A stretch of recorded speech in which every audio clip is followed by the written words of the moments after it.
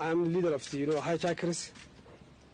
My name is Kabtan Cawil Caddami, and my friend is Ahmed Xaashi Maxamed Aadan and Baashe Muuse Maxamed. So that I was feeling tired.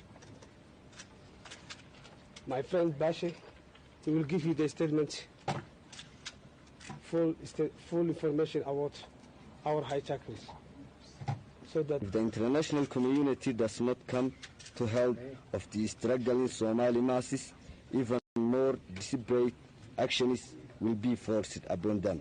Considering, however, that our objective is not to hurt innocent people, but to help them. The humanitarian nature of and the person of Somalia, the government of Somalia, are taking a guarantee to save the Somali students and others, and that succeed is behind